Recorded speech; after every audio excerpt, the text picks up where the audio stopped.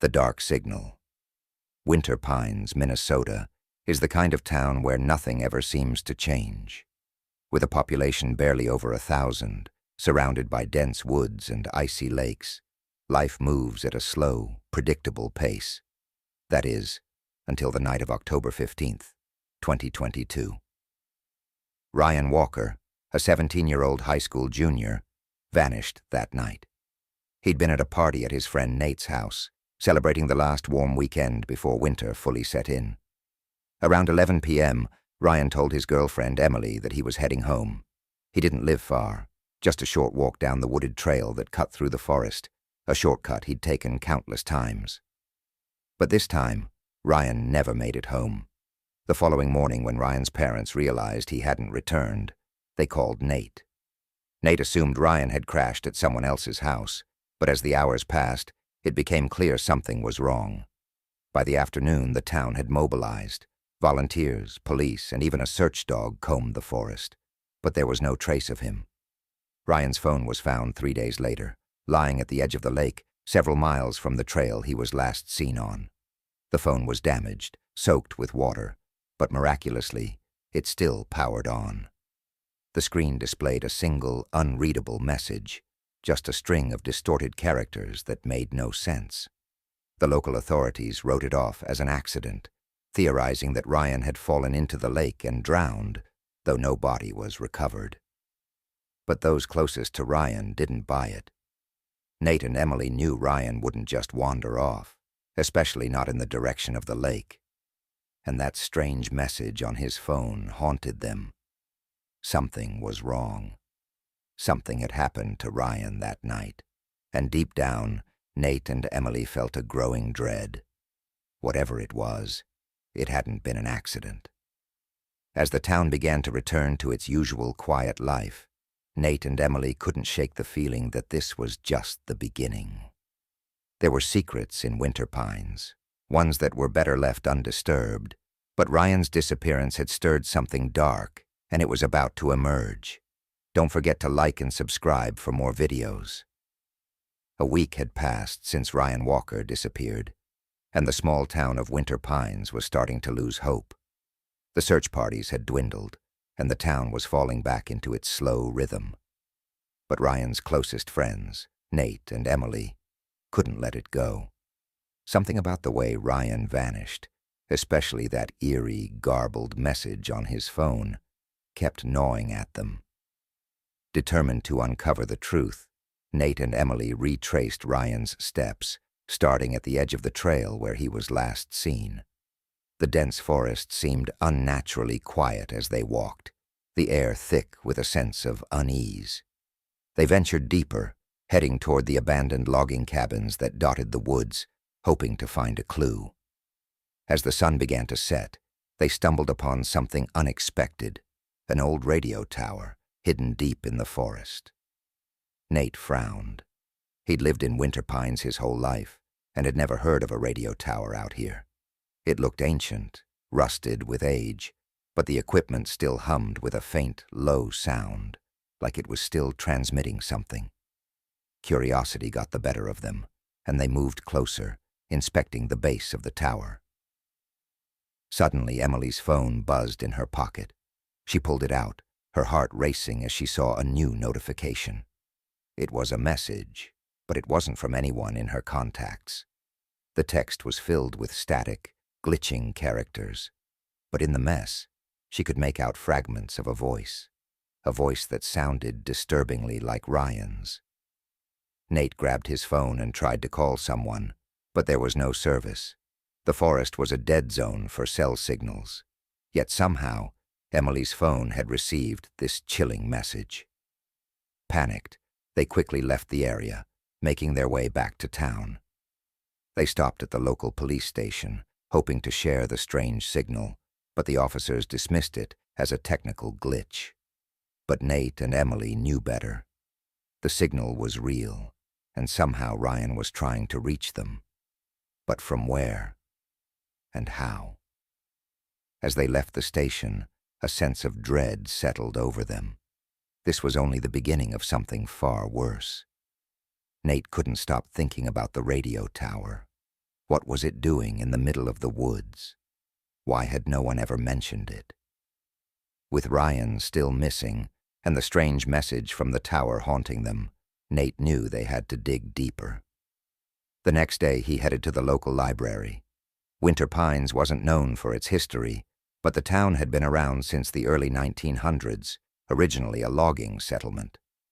As Nate combed through old newspapers and town records, he stumbled upon something unexpected: articles from the 1970s about a government project called Signal Watch. According to the records, Winter Pines had been part of an experimental program run by a shadowy branch of the government. The project involved using radio waves to influence human behavior, testing how certain frequencies could affect the mind. The experiments were centered around a newly constructed radio tower deep in the forest, the same one Nate and Emily had found. But the project was abruptly shut down in 1979 after a series of unexplained incidents. Townspeople working near the tower had reported hearing strange voices, seeing figures in the trees, and experiencing severe paranoia. Some even went missing without a trace, their disappearances filed away as accidents or mental breakdowns. The last article in the series ominously stated that the tower was decommissioned and abandoned. Nate's stomach churned as he pieced it together. What if the tower wasn't abandoned after all? What if it had been quietly transmitting all these years? And what if Ryan had somehow stumbled into its path? He called Emily immediately, sharing what he had found. She was silent for a moment before replying. If that tower is still sending out signals, maybe that's what's messing with our phones. What if Ryan's trapped in it somehow? The thought sent a chill down Nate's spine. They realized the tower wasn't just a relic. It was active, and whatever experiments had taken place decades ago weren't over. Ryan hadn't just disappeared. He'd been caught in something far bigger, something hidden in the shadows of Winter Pines. The past wasn't buried.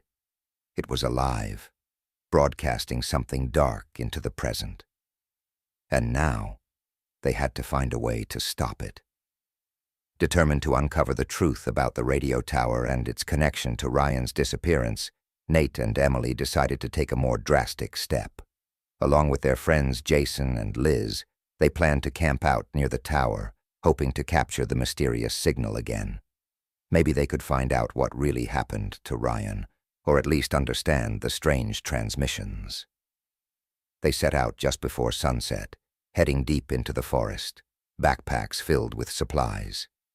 The air grew colder the closer they got, and the towering pines cast long shadows over the narrow trail.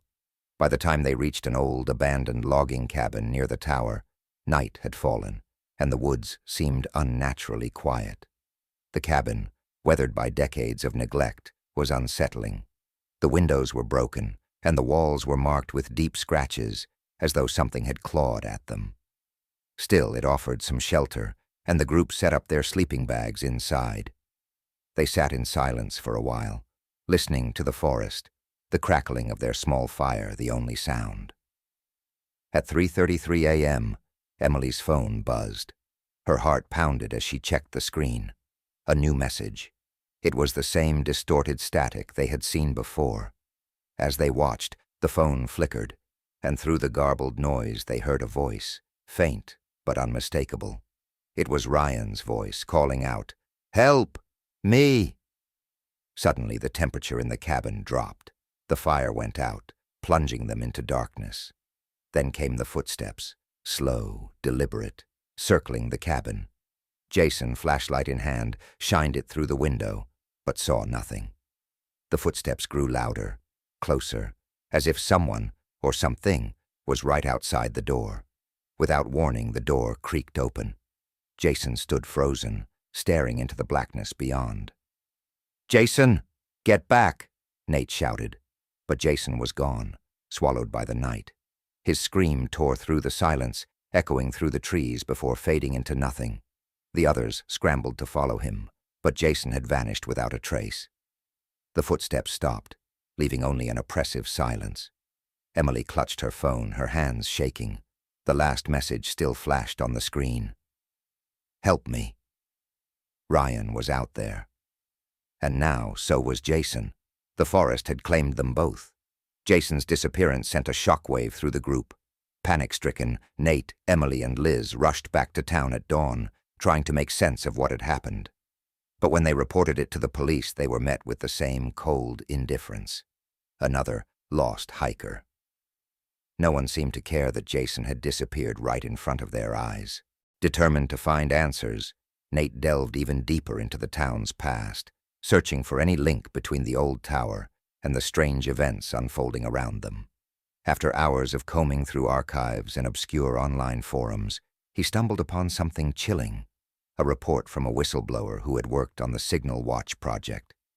Buried in the details was a term that sent a chill through Nate's spine: the ghost frequency.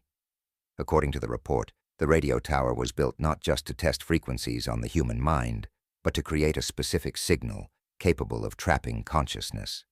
The frequency, known as the ghost frequency, was a powerful wave that could interfere with the brain's perception of reality.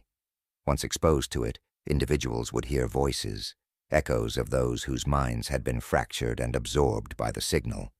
It was said that these trapped souls powered the signal itself, caught in an endless loop, existing somewhere between life and death. Nate's blood ran cold as he realized what this meant. Ryan, and now Jason, hadn't simply vanished. They were trapped, taken by the signal. It explained the voices Emily had heard, the distorted messages. Ryan's consciousness wasn't just lost in the woods. It was part of the signal, broadcasting out in a desperate cry for help. He shared his discovery with Emily and Liz, who were horrified. Emily's face went pale as she clutched her phone, recalling the voice they'd heard. "He's still out there," she whispered. "Ryan's trying to reach us." But there was a darker realization, too. The more they exposed themselves to the signal, the more vulnerable they became. Every message, every voice they heard pulled them closer to the ghost frequency's grip. The signal was growing stronger. If they didn't act soon, they might be the next to disappear, trapped in the endless static, just like Ryan and Jason. Nate, Emily, and Liz knew they had to act quickly, but the weight of the ghost frequency hung heavy over them. Each passing day made them feel more trapped, like the signal was closing in. The air in Winter Pines felt thick with something unseen, a growing tension that the townspeople seemed unaware of. But Nate, Emily, and Liz could feel it. They could hear it, faint whispers in the static of their phones, radios cutting in and out with eerie messages, always sounding just like Ryan. The decision to return to the radio tower wasn't easy, but they knew it was their only shot at saving Jason and Ryan. Armed with bolt cutters and flashlights, they retraced their steps back into the woods, their breath visible in the cold night air. The forest seemed alive, shifting shadows and snapping twigs following them as they approached the tower. It loomed in the distance, taller and more menacing than before. As they neared the tower, they noticed something they hadn't before: a hidden entrance beneath the structure, leading to an underground bunker. Nate's heart raced. This was it. Whatever was controlling the signal was down there. Descending into the bunker, they found rows of old, dusty equipment, much of it covered in cobwebs and rusted over time. But some of the machinery still hummed faintly, the source of the signal. It was a labyrinth of forgotten technology, and at the center was a large control panel, still operational. As they approached, a tape recorder suddenly clicked to life, playing a voice that sent shivers down their spines. It was one of the scientists who had worked on the Ghost Frequency project, his voice filled with regret and fear. "If you're hearing this," the voice said, "it means the signal is still alive. We couldn't stop it. It feeds off of those who listen. Don't let it take you too." Suddenly, the lights in the bunker flickered, and the walls seemed to pulse with static. Liz gasped, clutching her head. "I can hear them," she whispered, her eyes wide with fear. "Ryan, Jason, they're here." Nate and Emily felt it too. The signal wasn't just a transmission. It was alive, and it was coming for them. If they didn't destroy it soon, they would be next, trapped in the endless loop of the ghost frequency. The air in the bunker grew heavier, crackling with the oppressive energy of the ghost frequency. Nate, Emily, and Liz stood frozen as the voices swirled around them, echoing through the equipment and seeping into their minds. Ryan's voice was the clearest. He wasn't screaming anymore. He was pleading. "Help me! Please! I can't get out!" Jason's voice soon followed, distorted and weak, but unmistakably desperate. The sound clawed at their sanity, making it hard to think. "We need to shut it off," Nate said, his voice shaking. He looked at the control panel. The dials and switches were old and unfamiliar, but in the center was a single red lever marked Emergency Shutdown. As Nate reached for it, Liz gasped again, clutching her head. "Wait, they're saying something else." Her eyes darted around the room as if seeing something invisible. "It's not enough. If we shut it down, the signal will come back. Stronger." Emily grabbed Nate's arm, terror etched across her face. "What do we do then? We can't leave them like this." Suddenly, Nate remembered the scientist's tape. The voice had mentioned something, feeding off of those who listen. His mind raced, connecting the dots. The signal needs a source, Nate realized, his heart sinking. A consciousness to keep it running. That's why Ryan and Jason are trapped. The signal won't die until it has no one left to feed on. Emily's eyes widened in horror. No, Nate, you can't be serious." Nate looked at the control panel, then back at Emily and Liz. His decision was already made. If someone connects to the signal, the others can be released. It's the only way. "No," Emily cried, grabbing his arm. "We'll find another way. We can't lose you too." Nate shook his head, his face pale but resolute. "There is no other way. If we don't stop this now, it'll take all of us, and it'll keep taking more. Forever." With a deep breath, Nate approached the console. He found a pair of wires, frayed and sparking. He knew what had to be done. Connecting himself to the ghost frequency would be like plugging his mind into the signal's endless cycle. He would become the new source, but Ryan and Jason would be freed. As the wires sparked and the machines whirred to life, Emily screamed, but it was too late. Nate's body convulsed, and the last thing he saw before the static overtook him was Emily's tear-streaked face fading into the blur. The ghost frequency had claimed its final victim. Emily stood frozen, her mind numb as she watched Nate's body go limp, his face pale and expressionless.